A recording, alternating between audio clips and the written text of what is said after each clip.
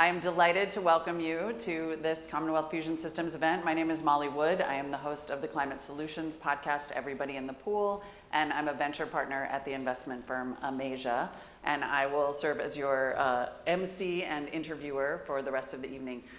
What we hope to accomplish tonight is to give you a concrete sense of where we are on the journey to fusion energy, where CFS is on the journey to fusion energy, and where this entire industry will need to be and what it will need to get there. Bob, okay, so I actually have to start, and he knows this is gonna happen, by ripping the Band-Aid off and clearing up the one elephant in the room. You're gonna hear us talk a lot about fusion energy, about clean, abundant baseload power. You are not gonna hear us, other than for the next 48 seconds, say nuclear. Yeah, that's right. Tell us why.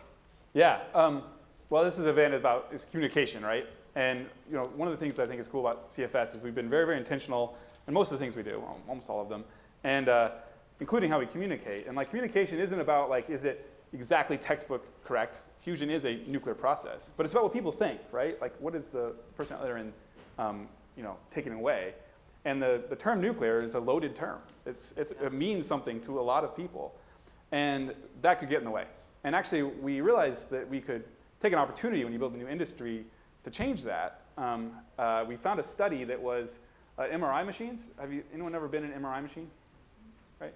Who has been in a NMR machine? Nuclear magnetic resonance. Oh, they're the same thing. But the American Medical Association determined that the biggest health risk was the name, that people wouldn't use them. And so they switched the name of the technology.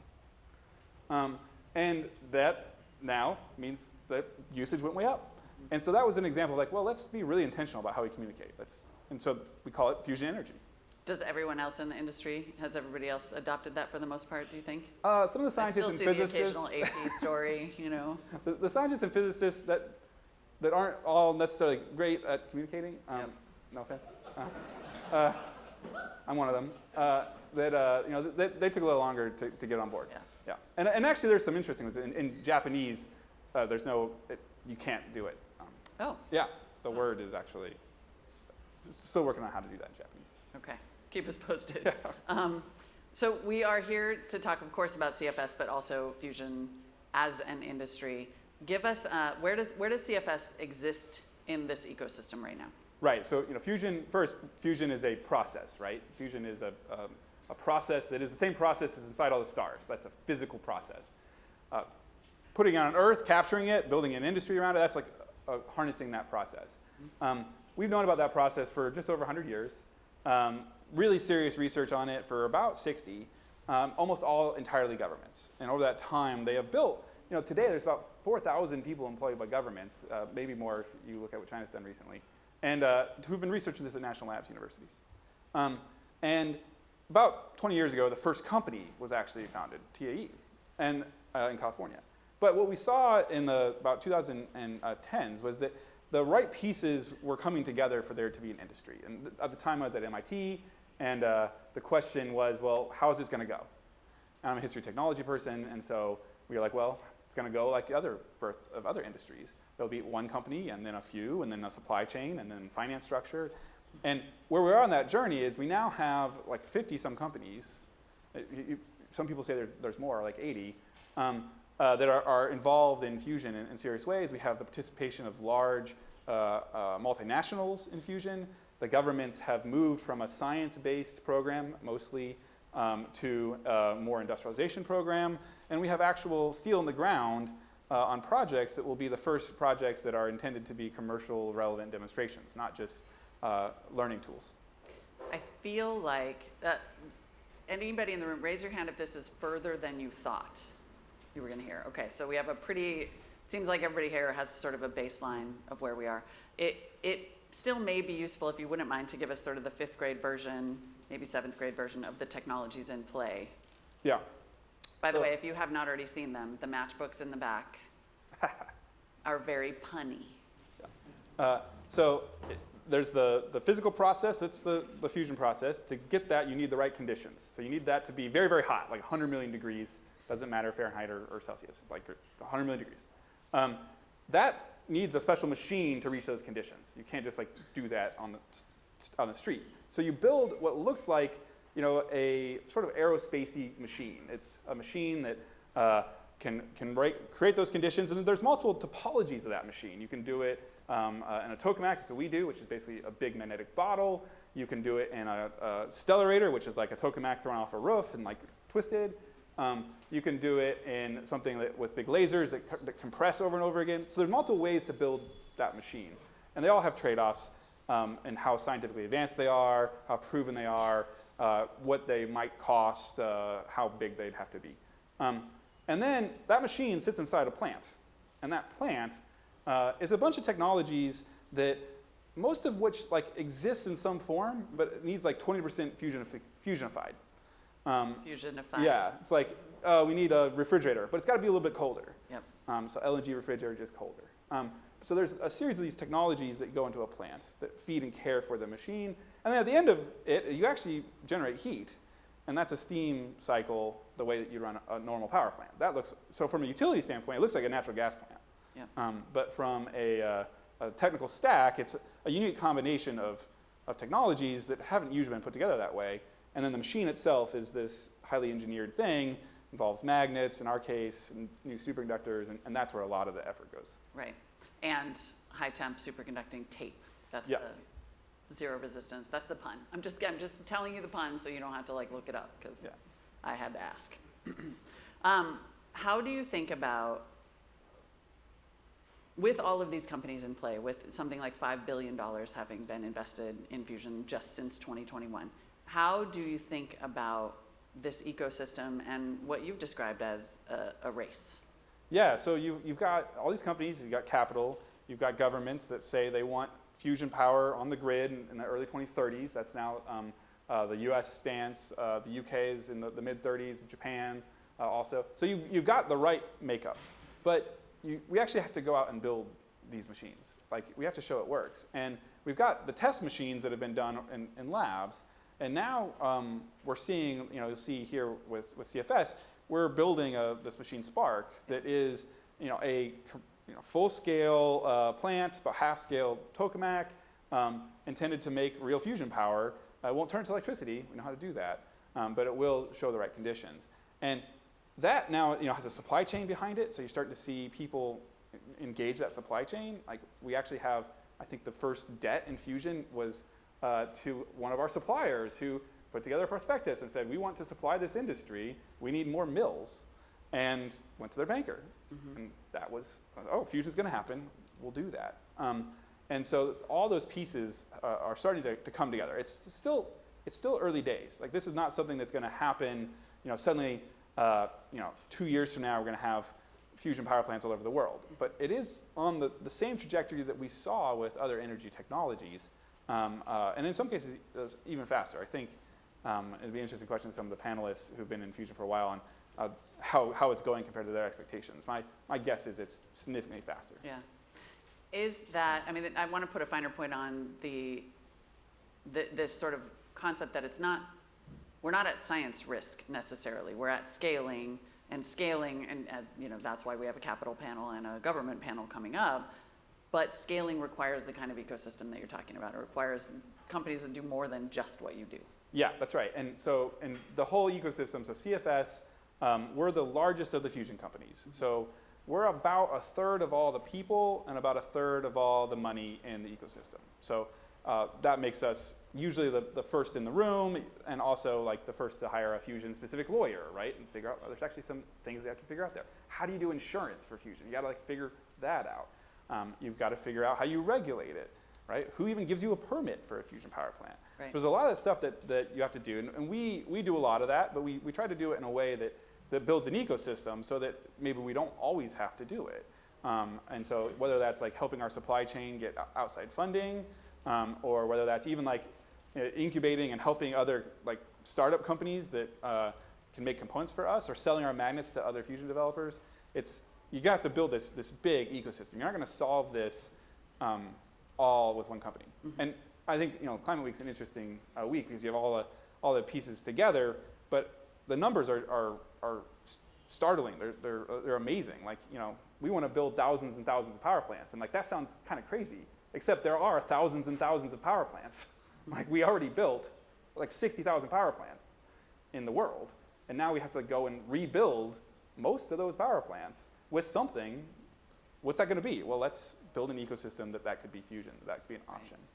What is it about that ecosystem, if anything, that really keeps you up at night? Like, what's the thing, you know, we're going faster than expected now. What's the wall you really don't want to hit? It's talent. You know, it's like, okay, we're in New York. I should say finance, but that's not it. It's actually talent. It's also finance. Yeah, financial talent, that fits. No, it's talent. And like, if you needed to like double the industry at a rate that was talent limited, like that's like a doubling every like 7 years. That's like how long it takes to make a grad student or like train someone in a whole new field. There's no way that you affect climate with that strategy. So that means the only way to do it is you have to like take people that are in adjacencies that have those skills that are useful in fusion. You have to move them in. You have to come in from the side. You can't just grow it all up. And so we've done a really deliberate plan of, you know, okay, like who are the suppliers that know how to build large fabrications? Well, the oil and gas industry. Like, well, okay, let's take that supply base, that talent, and teach them how to make fusion parts. You know, who is really, really good at doing R&D and like fast manufacturing? The rocket industry. Like fusion machines are kind of like rockets. So like we have like remedial courses inside the company. I probably shouldn't call them remedial. That like for rocket scientists, you know. Yeah, that are like how to get up to speed on that, because otherwise it will be talent limited. And even like we even think about it in, you know, we could make like probably way more complex fusion machines that might even be lower cost, but we wouldn't have the talent to actually deploy them at scale. And so, you know, you can't like go and build jet fighters if your pilots aren't jet fighter pilots, right? And so it really is the talent. That's a good segue to competition, since there are a lot of companies in the space. How do you think about, you are the biggest, that isn't always a guarantee, but how do you think about the race first competitively, and then we'll talk about geopolitically? Yeah, so while the science is well understood, you know, we've now shown in California that you can make this reaction go at a national lab facility, and we have decades and decades of science that is, you know, how do you simulate these systems and how they've been validated. That's well in hand.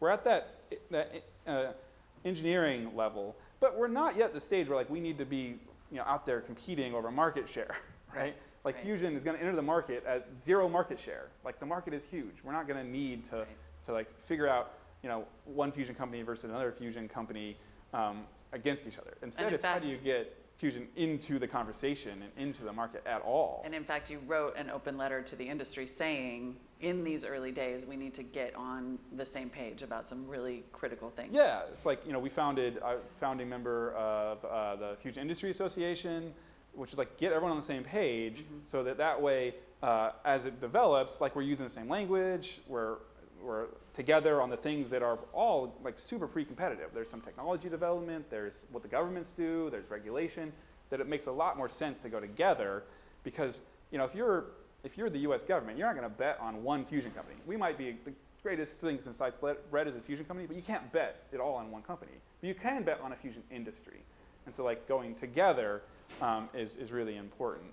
And you know, that's from a company standpoint. And it's cool too, because you can see people with different strategies, both on the technical side, but increasingly on other parts of their business. That there's some you know, supply chain strategy, the picks and shovels. That's a really cool area right now.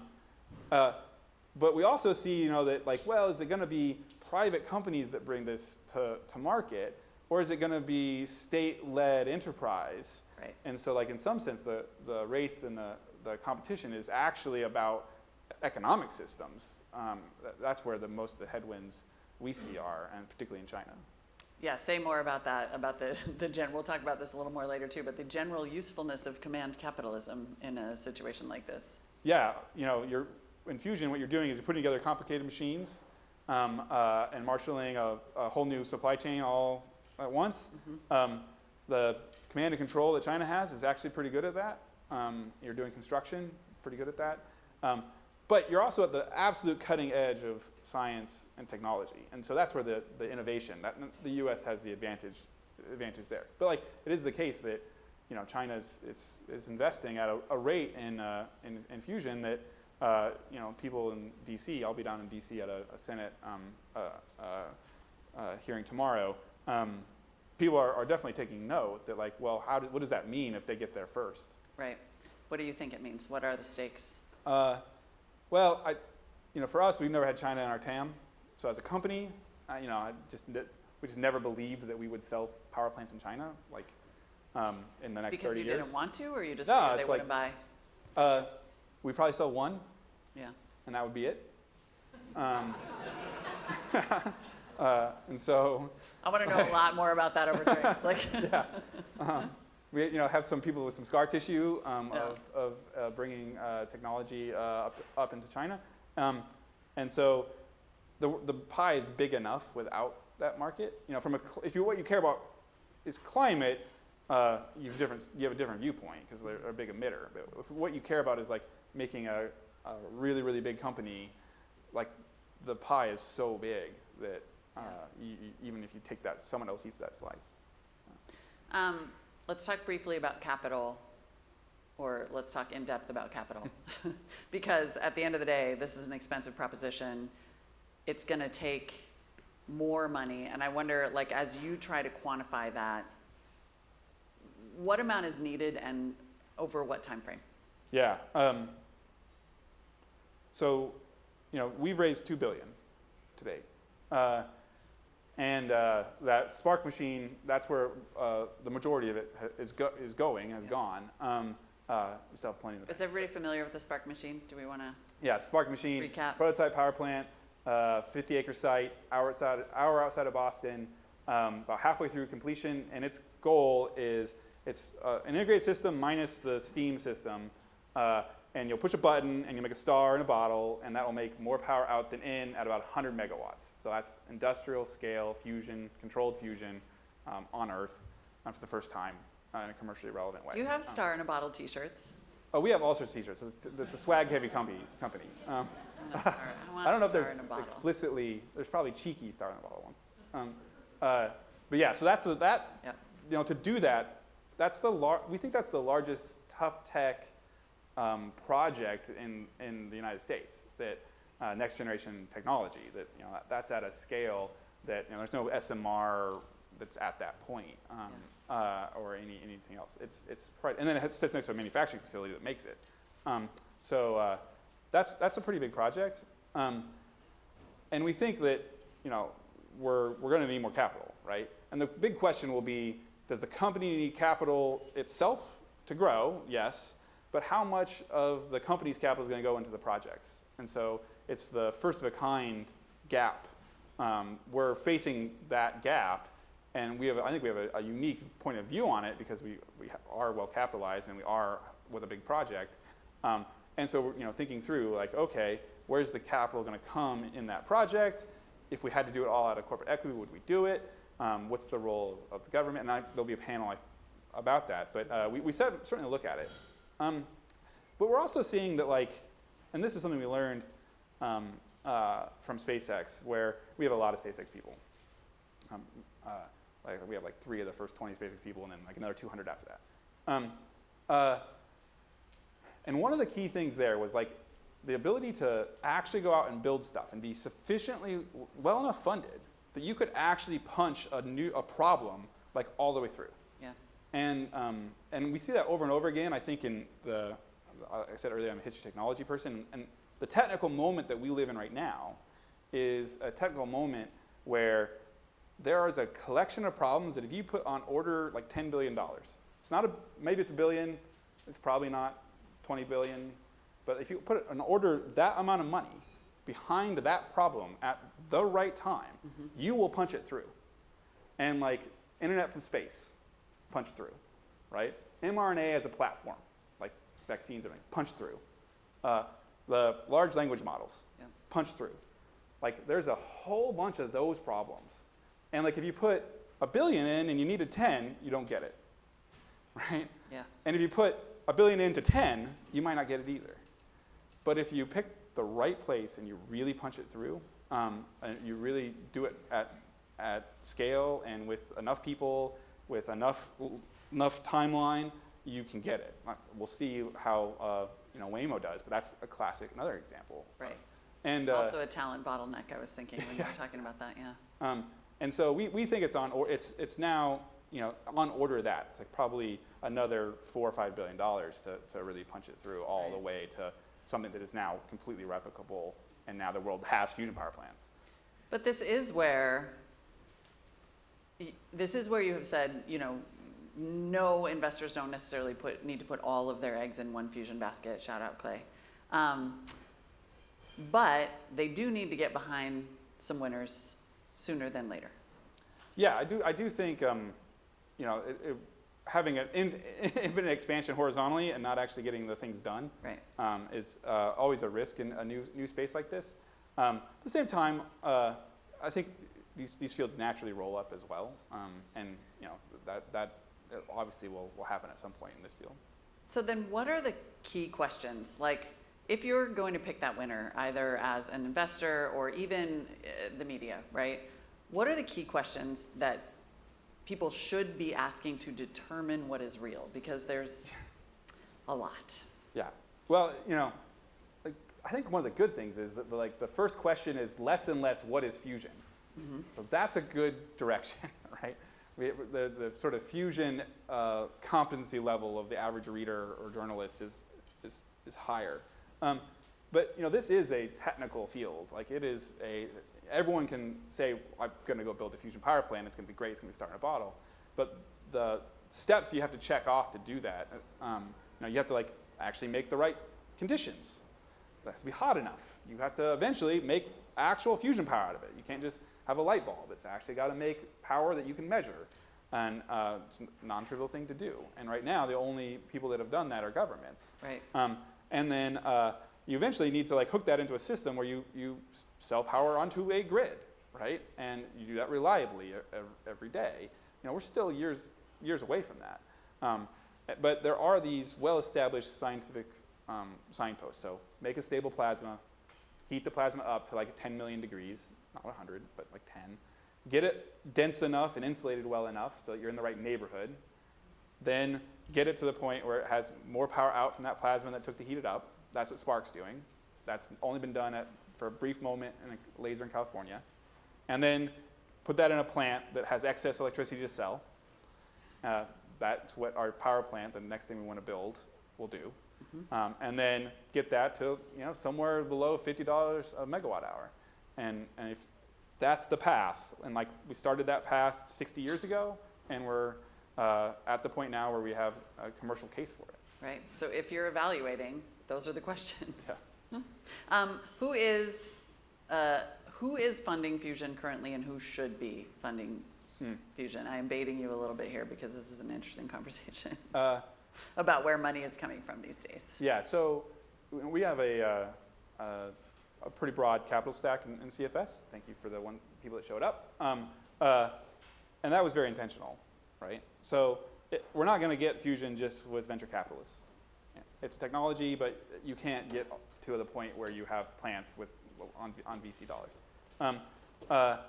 So there's definitely place for them to play, but it's got to grow up.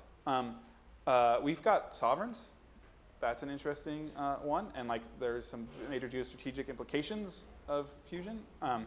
There's definitely we have some hedge funds, which is interesting. You don't usually associate hedge funds with a long hold, but there are those out there that do that. And if you think about what fusion is, it's a pretty big arbitrage on information and how the world might go. So that's been interesting. We actually have more endowments. So if you think about educational institutions who want access to clean energy in their portfolios and have long holds, can do that. That's been our case. And so we think it's going to get bottlenecked though without people figuring out, and this I think is a topic that is happening, conversation around Climate Week more and more, is that how do you get that transition from company building to a project pipeline? Right. and what that first project looks like, how that first project comes together. If all it is infrastructure investors on a rinse and repeat commoditization of 12% returns, like you're never gonna get that to go earlier without someone taking a real hard look and saying, well, actually, there might be a hybrid model, or there might, where you have some of the topco, or there might be other ways to package it into more of a pipeline. But that's a problem that like all these early stage technologies that are not yet in the project finance world is going to face. And Fusion is a great poster child for that because it's so flashy, it's big, and, right. and yeah, there'll be a lot of benefit from building the first one. Investors have historically, no one in this room, I'm sure, tended to hit their own kind of wall when they encounter the reality of project finance after. Like, there are very helpful conversations happening about first of a kind financing and different capital stacks to get projects of this size over the valley of death. But I wonder if at this exact moment, when there is this kind of increasing panic about energy availability related to AI, if like something that might have slowed down a little bit for you is suddenly not going to. Yeah, we have a this document, 10 Things We Know to Be True, that we wrote 10 years ago. It's like how we think the world is organized. And number 2 is, in the future, the markets will be energy and creativity. And so there have been big debates now about what that creativity, the only markets, Yep. like that's, you know, if you read sci-fi, that's where it gets to, right? And it's like, well, what is that? They've actually merged. And if you look at the power use that is going to be required just from the chip orders, like you look at NVIDIA's market cap, like where's that power going to come from? Like those chips don't power themselves. And so that's a big change.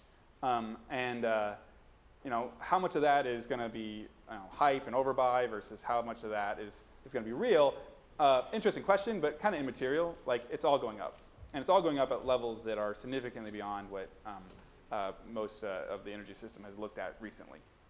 So I think that's a really cool perturbation in this whole system, that you have a buyer who's a class of buyers who are techno-optimists in a way that utilities were not in Clean Tech 1.0, who are bright enough to take risks that are outside their normal space.